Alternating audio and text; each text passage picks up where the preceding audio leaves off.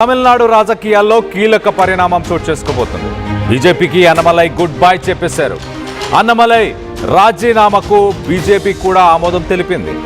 రాజీనామాను ఆమోదించిన జాతీయ అధ్యక్షుడు నితిన్ నబిన్ అధికారిక ప్రకటన వెలువరించిన బీజేపీ ప్రధాన కార్యదర్శి అరుణ్ సింగ్ ఫలించని బీజేపీ పెద్దల బుజ్జగింపులు.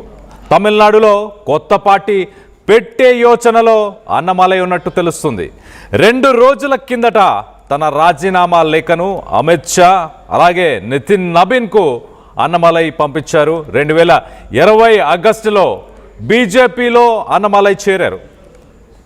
అన్నమలై తమ పార్టీలోకి రావచ్చంటూ మరి టీవీకే నేతలు ఓపెన్ ఆఫర్ ఇచ్చారంట. సో అన్నమలై ప్రస్తుతానికి కొత్త పార్టీ పెట్టబోతున్నారా లేక టీవీకే పార్టీలకు వెళ్ళబోతున్నారా? ఒకసారి అన్నమలై గురించి కూడా చెప్పే ప్రయత్నం చేస్తా.